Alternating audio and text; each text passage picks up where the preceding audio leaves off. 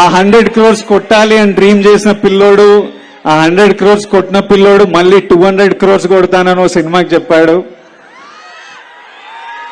200 crores కొడతానని statement ఇచ్చాడు, కానీ కొట్టలేదు.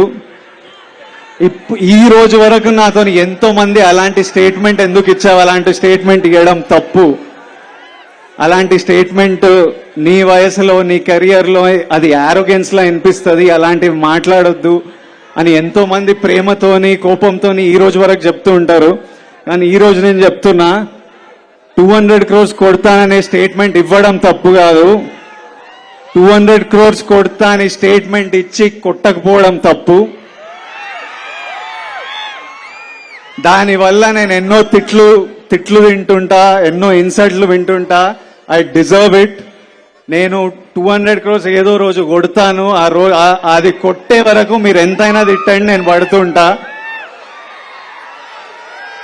ఇప్పుడు కూడా దీన్ని యారోగెన్స్ బల్బు అని అనుకునే వాళ్ళు ఉంటారు, కానీ ఇది నాకు నా మీద ఉన్న కాన్ఫిడెన్స్,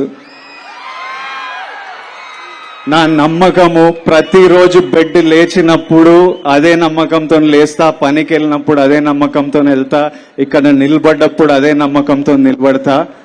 ఇంకొకరు స్టార్ అయితే మనం అవ్వలేమా ఏంటి? నేను స్టార్ అయితే మీరు అవ్వలేరా ఏంటి? ఇంకొకరు 200 కోట్లు కొడితే మనం కొట్టలేమా ఏంటి? నేను కొడితే మీలో